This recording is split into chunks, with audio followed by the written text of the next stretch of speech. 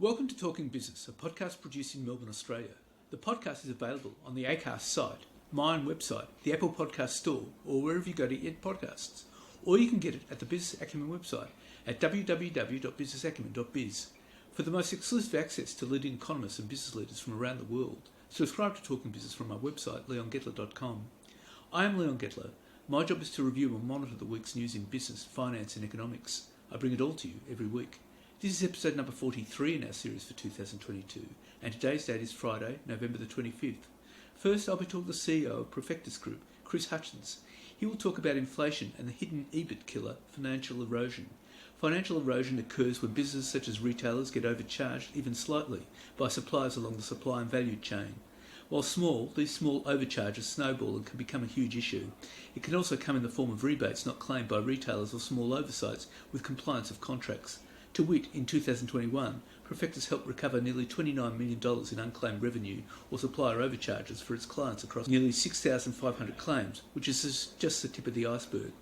And I'll be talking to Indeed economist Callum Pickering about the latest wages and jobs figures. But now, let's talk to Chris Hutchins.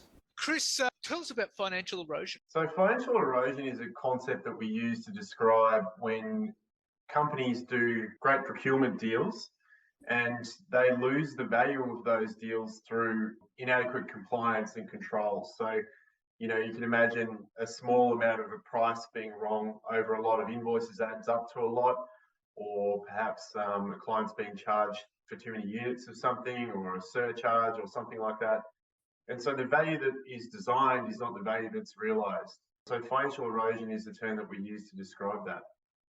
I guess inflation would be making it far worse, wouldn't it? It is, certainly, yeah. And inflation, is a massive problem facing every business all around the world at the moment. And it was interesting listening to a couple of your previous episodes, actually. And, it's certainly a topic of the day. And I think the thing with inflation is that you can't control it. All you can do is work on what you can control and make sure you do realise the value from those deals that you do, and make sure you're not leaking EBIT just out the door through this concept of financial erosion. What do you do? I mean, what does Profectus do? You have a rebate deal management system, is that right?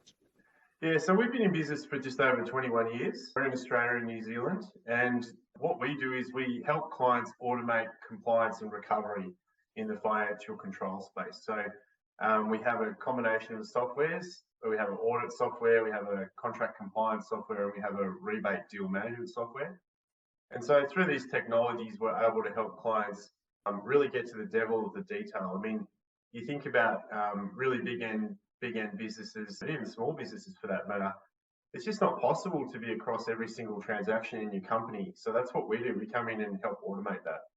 And this does this right across the supply chain? Yeah, well, it adds the most value where you have the most transactions, because that's where the errors can go wrong. And this is an interesting concept.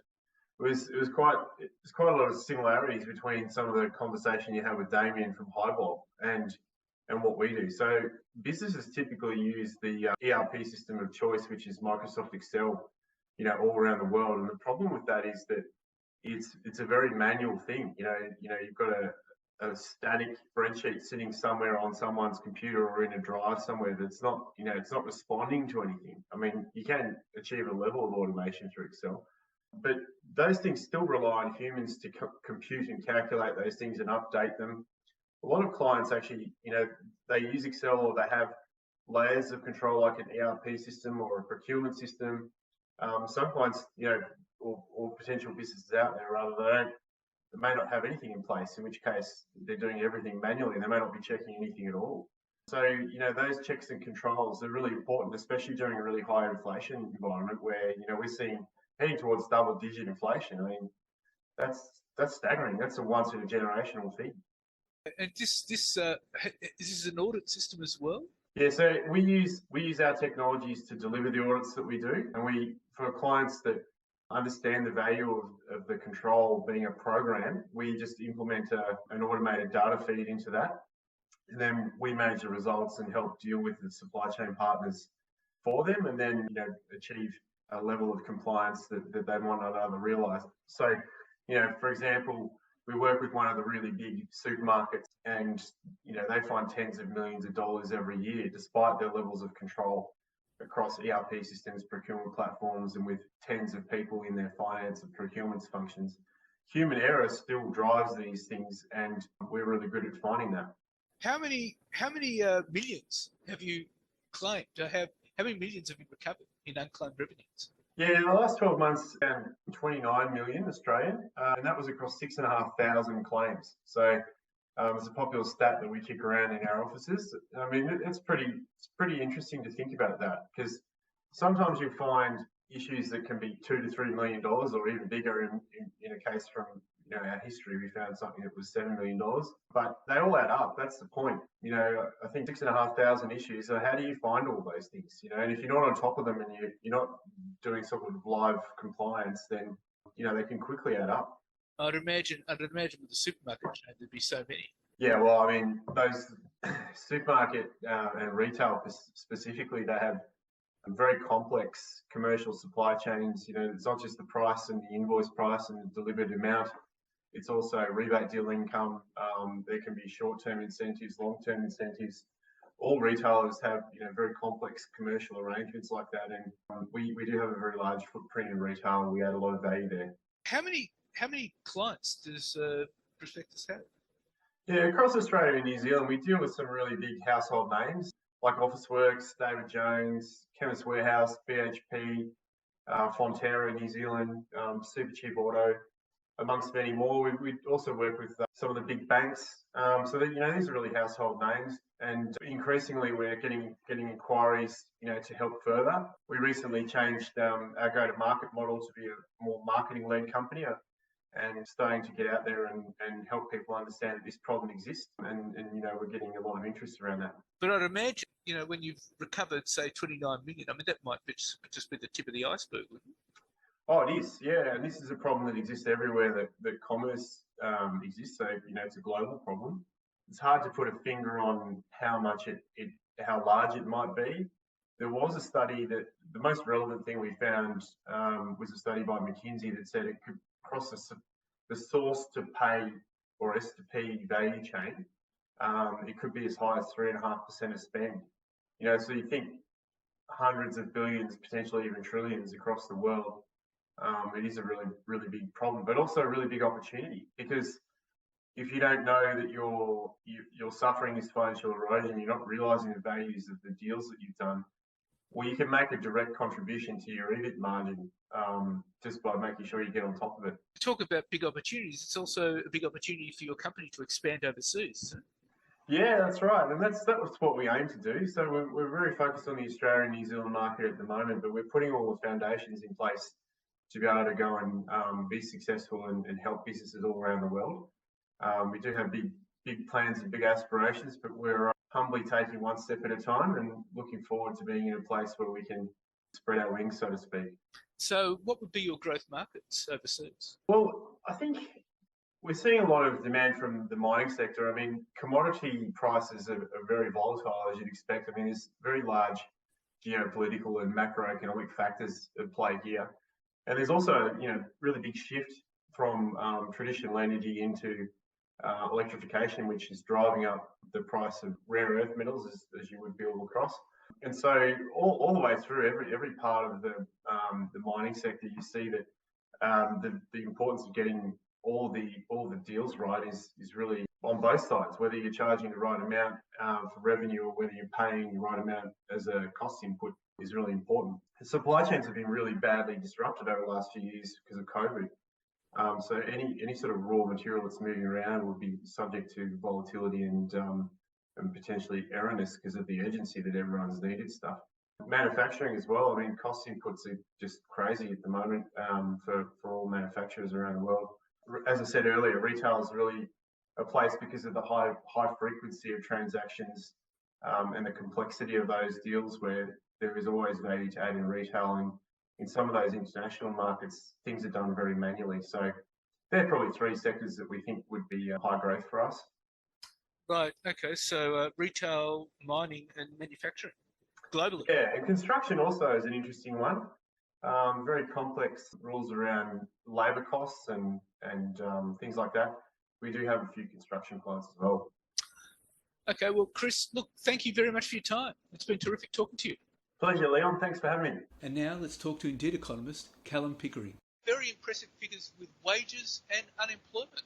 What's your view about this? Yeah, some incredibly strong data this week, certainly on the labour force side, with employment up another 32,000, which brought the unemployment rate down to 3.4%, which was the lowest level since September 1974. People are finding jobs and they're finding high quality full-time jobs. You know, the increase has been driven entirely by full-time jobs yet again, as it has been for much of the pandemic recovery, which is an excellent sign. And with so many jobs still available, still vacant across the country, there's good reason to suspect that the labour market could potentially tighten further over the next 3 to 6 months, which would also be an outstanding outcome. In terms of wages, we've seen a pickup in wages, with annual wage growth now exceeding 3% for the first time in about a decade. That's a good sign, but of course there is a massive caveat around wage growth, which is the fact that it's nowhere near as high as inflation has been. So cost of living pressures continue to hurt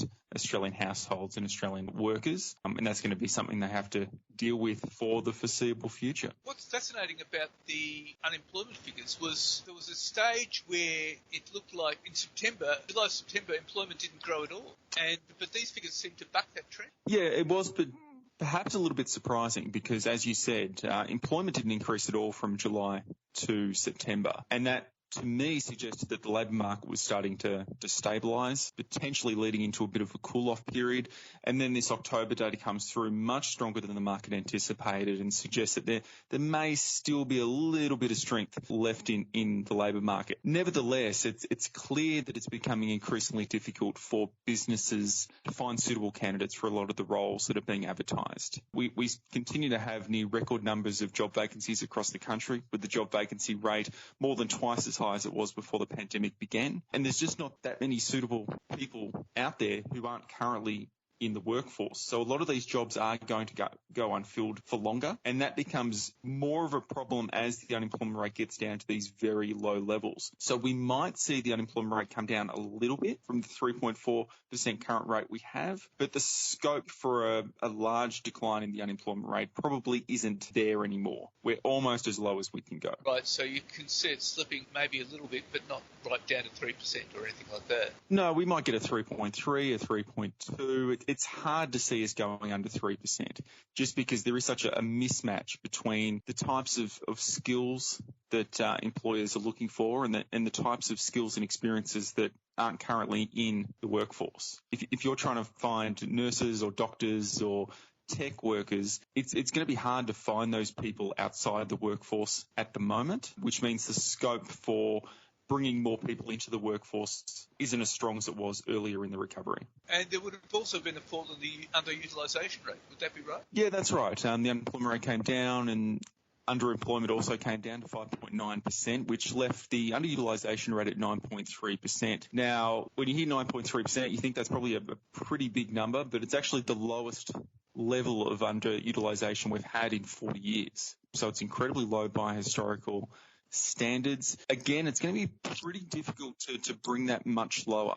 As I said, the unemployment rate probably doesn't have much scope to go lower. The underemployment rate could potentially go a little bit lower, but it's going to be difficult to get the underutilisation rate below, say, 9%, I think. So it'll go down as low as it's likely to get. Is that right? Yeah, there's not much scope for further improvement. You know, like I said, you're at 9.3%, you might get to a 9.2, 9.1. You're not going to get an 8.5. You're not going to get an 8% type underutilisation rate. I think that's not something that is feasible with the current labour market dynamics that we have. What about hours worked? Did that increase? Yeah, big surge in October, which is always a good sign, up 2.3% in the month of October. It primarily reflected two things. The first was that fewer people were taking leave than they normally do. Now, October is typically a holiday period. You know, students are home from school, so parents take time off work. They seem to be doing that in reduced numbers this year compared to previous years, and that could reflect the greater ability of people to work from home than we've had in previous years. Another reason why hours worked has surged has been that there has been a 39% decline in the number of people working reduced hours due to sick leave or illness over the past couple of months. Now, that reflects the change in policy around COVID. Previously, you got COVID, you had to take time out of work. That's no longer the case, which does mean that some people are getting sick, maybe not having many symptoms and going into work as they normally would. So, yeah, those two factors together have combined for a very large increase in hours worked across the country. So you wouldn't see any scope for the labour market deteriorating significantly in the near term. Would that be right? Yeah, so while I don't see much scope for improvement in the labour market, I also don't see much scope for a deterioration in the labour market. And the main reason for that is because there are so many jobs unfilled across the country. So if someone wants to lose their job in the current economic circumstances, there's plenty of opportunities out there for them to get back into the workforce. And normally a high vacancy rate is highly correlated with strong employment growth. Now, I don't think that's going to be the case going forward because of how tight the labour market is, but it is highly unusual for employment to decline when job vacancies are elevated. And so in order for the Australian labour market to deteriorate, and we do expect it to soften at some point over the next 12 to 18 months, the first thing we're going to need to see is actually a reduction in the number of job vacancies that are out there, the number of job ads that are posted online, and we're not seeing anything like that at the moment. Which is interesting because over the last week you had Deutsche Bank was predicting a recession, but they said they were predicting recession not on the basis of two negative quarters, but on the basis of unemployment rising. They were saying unemployment would rise to 4.5% in 2023. Yeah, I mean, they're not the only ones predicting that the unemployment rate is going to increase. Obviously, the Reserve Bank also thinks there's going to be a modest increase in the rate of unemployment over the next 12 to 18 months. I wouldn't say it's impossible. It's just that a near-term deterioration is unlikely given the level of job creation we're seeing. That sort of level of job creation indicates that businesses are still pretty optimistic about their operations and they're still pretty optimistic about the economic outlook. If they were genuinely concerned, they'd be reducing the number of jobs they have on offer and they'd be cutting staff. And we're not seeing any of that at the moment. Now, could that situation change? Absolutely. High inflation and rising interest rates are going to hit the economy at some point. It's just that we're not seeing any meaningful signs of that just yet. What does this mean for the RBA?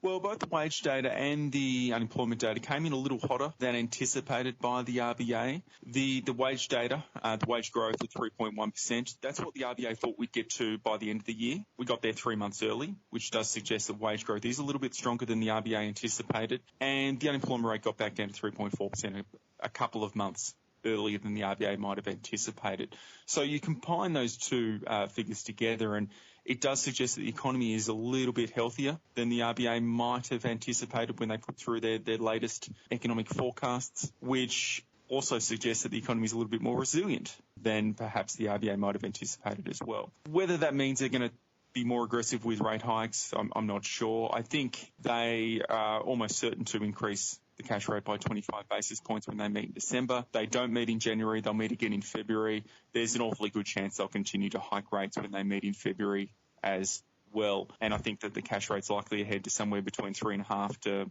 4% at some point next year. Right, because the IMF is saying they have to keep increasing rates as well to stabilise inflation. Yeah, and I think the RBA recognises that they certainly haven't had a victory over inflation, not even close. They anticipate that inflation is going to hit 8% by the end of the year. And all signs point to the fact that the economy can withstand higher interest rates. The economy is showing itself to be highly resilient. Demand for workers is incredibly high. And normally when you see those sort of things, that's going to trigger high inflation for the foreseeable future. In order to control inflation, the RBA needs to curb the demand for goods and services. And that hasn't been achieved yet. And so they will need to hike rates further next year. And so you would see it peaking at about 4% next year? I think so. There is obviously a lot of uncertainty around how high the cash rate might go because inflation is so very high, even though there is that scope for inflation to come down quite rapidly if the economy begins to shift. But right now I would expect the cash rate to get towards 4% at some point next year. And the RBA would probably want to get there sooner rather than later. So it wouldn't surprise me if maybe we got to that level, by mid next year, and then the RBA will assess whether they've done enough to bring inflation under control or not. But like I said, huge amount of uncertainty around inflation and the cash rate. So it's merely my best guess. So we really don't know whether inflation will keep rising or whether there are signs of it peaking? Well, there are certainly some signs that inflation might be near its peak. The RBA certainly expects that it will peak at the end of this year. We've seen declines in shipping costs, which is a good sign. We've also seen some fuel prices also come off as well, both of which are obviously key determinants of the current inflation outbreak that we've had. So that would leave us somewhat optimistic that inflation is either at or very near its peak and would actually come off next year. The question is how much it comes off, right? If inflation is 5% next year, then it's still high. It still warrants a tighter monetary policy. If it softens to, say, 3%, then the RBA might sit back and go, okay, we've done enough. We're just going to let the economy sort itself out. So the big question is, what does inflation ease to? Because if it hits 8% this year, it's got to soften a fair bit before it gets anywhere near to the RBA's target. Right, of 2 to 3%. Yeah, indeed. Well, Callum, thank you very much for your time. Thank you, Leon. So what's happening in the news? Well, the COP27 climate talks in Egypt, which came close to collapse on their final day, came to a resolution on Sunday with a last-minute deal to create a fund to aid poor countries harmed by the impacts of climate change. The agreement marks a landmark moment in global climate politics and acknowledgement that richer nations are responsible to the developing world for the harm caused by rising temperatures. It was an historic win for countries facing rising seas, devastating floods and drought. The deal also redraws the old divide between rich and poor nations into a new order that puts countries responsible for planet-warming greenhouse gas emissions against those suffering the consequences. Still, the approval came at the cost of leaving out of the final agreement more ambitious commitments, such as emissions peaking in 2025 and a phase down of all fossil fuels, not just coal, as agreed at COP26 in Glasgow last year. The US went further on a proposal that wasn't even on the table at the start of the summit. US negotiator Trig Talley said the world's biggest economy and largest historic emitter was ready to support the phase out, not just phase down, of all fossil fuels. It didn't go through, with Saudi Arabia, Iran, Russia and other oil-producing countries pushing back hard. At one point, the draft agreement included language that would have weakened past commitments. The final text leaves a commitment to keeping global warming at 1.5 Celsius by 2100 hanging by a thread. The deal, which was adopted without a single objection, responds to a key demand of developing nations and small island states. Delegates agreed to establish funding arrangement for loss and damage, as it is known, in the very first few minutes of a meeting that convened after 4 a.m. in Sharm el-Sheikh. But they were still deliberating over other thorny issues, including how the world should navigate the transition away from fossil fuels and rein in greenhouse gas emissions driving climate change. Debates were still expected over a potential pledge to phase down all fossil fuels and peak emissions by 2025, language that had been sought by the EU and other countries. But the loss and damage agreement already marked progress 3 decades after Vanuatu forced other nations to set up an insurance fund to help island nations cope with rising seas. On loss and damage, countries agreed that the most vulnerable nations would be prioritised and high emitters like China and India may be able to contribute to the fund. Under the agreement, the nations decide to establish new funding arrangements for assisting developing countries that are particularly vulnerable to the adverse effects of climate change in responding to loss and damage. That includes a focus on providing and assisting in mobilising new and additional resources which are meant to complement existing programs and funds. The breakthrough came after a flurry of last-minute negotiations over how to address the increasing toll climate change is exacting from developing nations that have contributed few of the greenhouse gas emissions driving the phenomenon. The issue took on new urgency following monsoon flooding this summer in Pakistan that left more than 1,700 dead and caused at least $30 billion in losses. Vulnerable nations had asked for a new program to provide technical assistance and funding as they deal with more intense droughts, storms and other weather events exacerbated by the Earth's warming. There are still numerous details left to work out, including how the loss and damage facility will actually work or the amount of money that will go into it.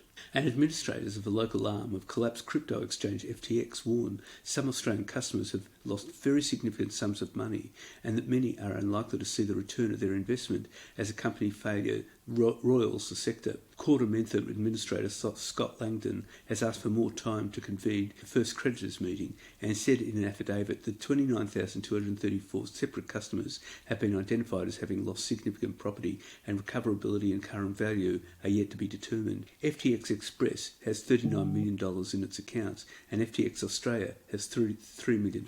the administrators have found so far. More than 280 emails have been received from customers, some using colourful language, to demand their funds back. The collapsed cryptocurrency exchange owes its 50 biggest global creditors nearly US $3.1 billion, that's 4.69 billion Aussie, according to a separate US bankruptcy court filing. FTX owes funds to an estimated 1 million creditors after the parent company, led by founder Sam Bankman-Fried, filed for bankruptcy in Delaware on November the 11th in one of the largest collapses in corporate history.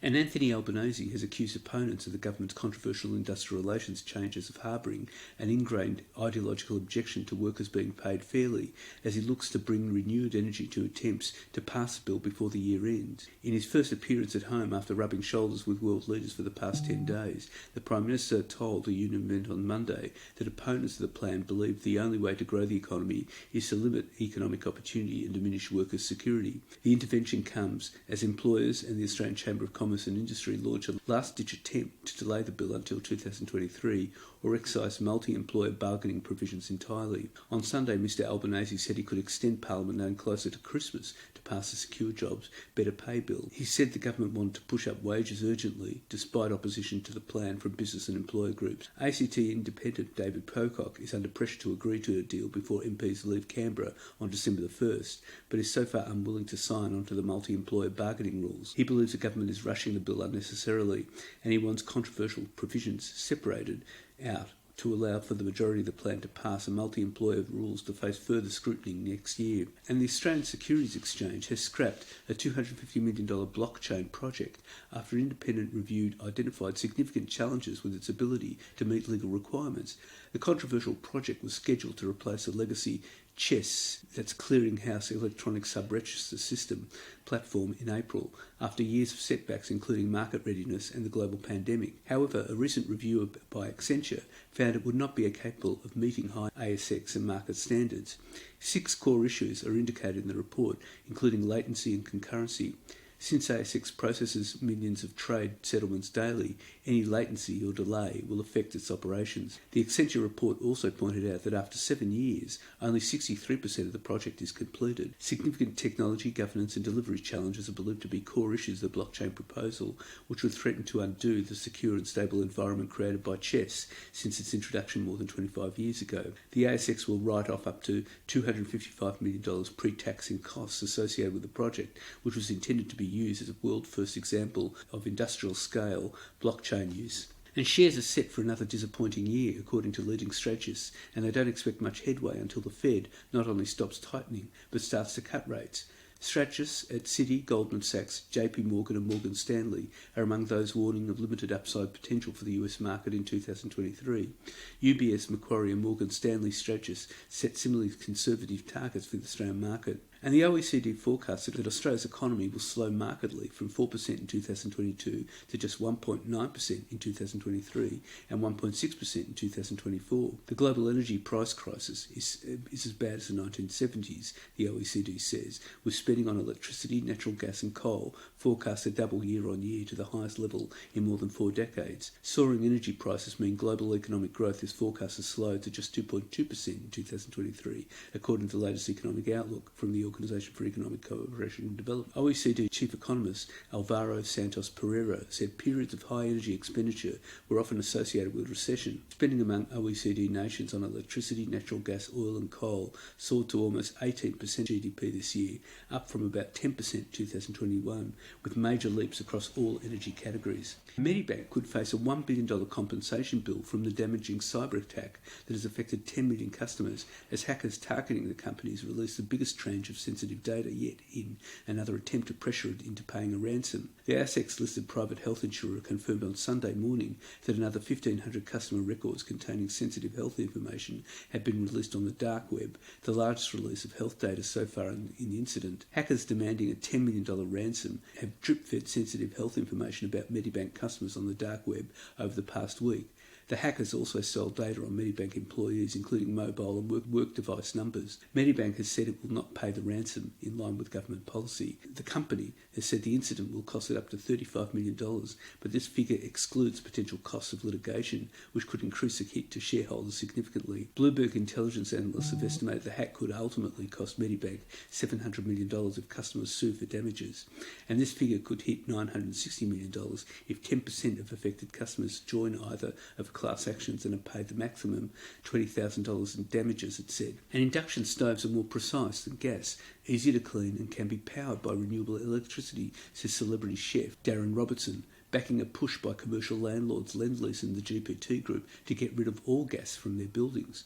Mr Robertson, a partner in the famed Three Blue Ducks chain of 5 restaurants, says plans by 2 of Australia's largest landlords to make their kitchens gas-free by 2040 reflects a wider trend away from gas and towards electricity for tasks such as cooking. Lend-Lease and the GPT Group have joined the global CookSafe Coalition, a network of property, energy and development bodies committed to building no new kitchens with gas connections by 2030 and retrofitting all existing kitchen assets with energy-efficient electrical appliances.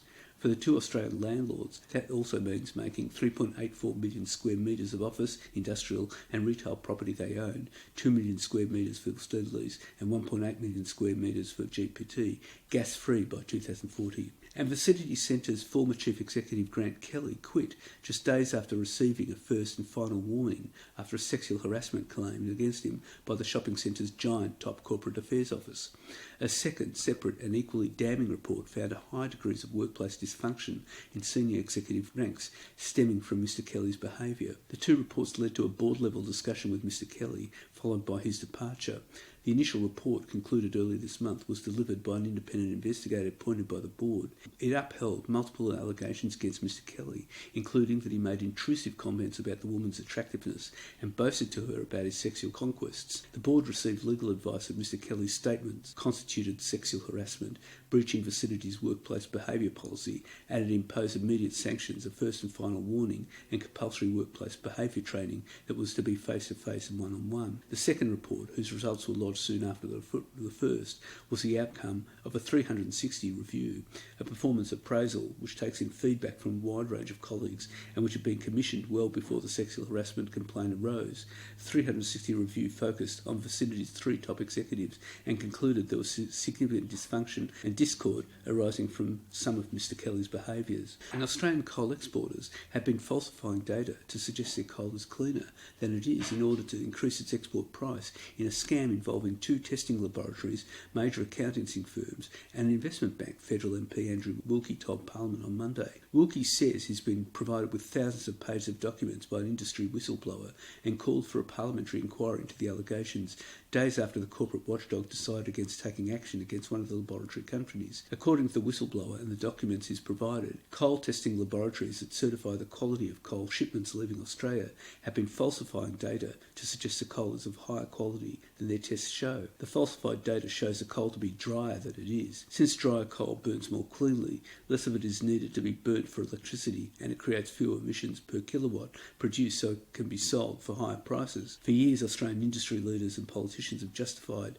outgoing coal exports as the world grapples with climate change on the grounds that Australian coal displaces the comparatively dirtier competitors' coal that would produce more greenhouse gas emissions when burnt. And Australia's buy now, pay later providers would need to obtain a credit licence and meet responsible lending obligations under 2 of 3 options put by Treasury to the government for assessment. In a discussion paper released on Monday, Treasury officials say that BNPL's relatively looser regulatory environment, together with the sector's rapid growth, may be contributing to poor consumer outcomes. Issues raised with the officials, the document notes, include inappropriate lending practices, which are contributing to financial stress. Some 19% of BNPL consumers surveyed by the corporate regulator Treasury Ads said they had cut back or gone without essentials to make repayments.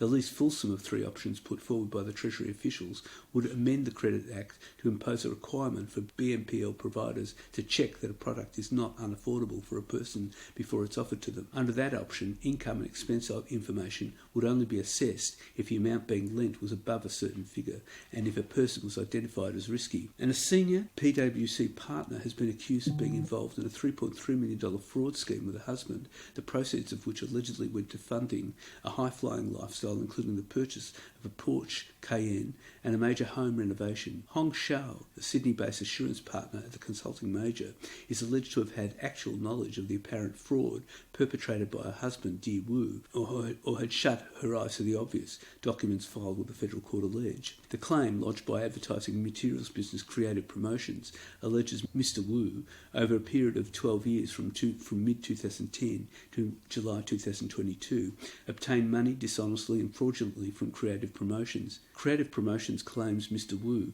who was employed as an overseas production assistant in 2005, later started issuing fake invoices to the company's accountant for payment to three companies: Pretty Arts Products, Best Promotions, and Wenzhou Kind Care Import and Export. Two of these were legitimate suppliers, while Best Promotions was not. Mr. Wu allegedly generated invoices which were entirely fraudulent, or which were for amounts in excess of services rendered, with the payments made into at least 8 accounts at the Bank of China, JP Morgan Chase, Bank of America, the Agricultural Bank of China and HSBC. His alleged payments were eventually routed to Mr. Wu's Westpac account and a Bank of China account in Ms. Xiao's name. And the cost of catastrophe claims at QBE is climbing faster than expected, with the insurance giant warning of an estimated $100 billion blowout in its yearly target amid extreme weather events and exposure to the war in Ukraine. The ASX-listed insurer released a third quarter update on Monday, which showed the net cost of catastrophe claims in the 9 months to October was tracking at $880 million, with a catastrophe allowance for November to December set at about $180 million. This means QBE's assumed net catastrophe costs for 2022 will come out at $1.06 billion, higher than its previous allowance of $962 million. Catastrophe claims include cyclones, storms, floods and bushfires. And Snowy Hydro paid nearly $30 million in staff bonuses during the 2022 financial year, triggering Labor to ask the Remuneration Tribunal to review pay at the company. Data tabled to a Senate committee showed the government-owned group paid $29.6 million in short-term incentives across 1,446 employees in the last financial year, with an average payment of $20,492 per staff member. That compared to $24.9 million or $17,100 for 1,457 staff members in the 2021 financial year. Snowy said none of the payments were made for its long-term incentive program for the last 2 years, as performance targets had not been met. The Remuneration Tribunal, which handles the pay of Commonwealth officers, will consider remuneration at Snowy as part of a review. Snowy Chief Executive Paul Broad quit in August following revelations of the cost crunch and tensions with Energy Minister Chris Bowen over green hydrogen at the company's proposed New South Wales Hunter gas plant. Mr Broad boosted his pay by more than $500,000 to $2.77 million in the 2021-22 financial year, after being granted a short-term bonus boost compared with his $2.24 million pay packet in the previous year. Snowy's underlying profit after tax fell by 30% to $189 million from $27.1 million in 2021, with the company blaming an extreme winter that featured price caps and the suspension of the electricity market. And that's it for this week. And next week I'll be talking to the APAC General Manager of WeWork, Balder Toll, and I'll be talking to economist Nicholas Gruen about citizen juries.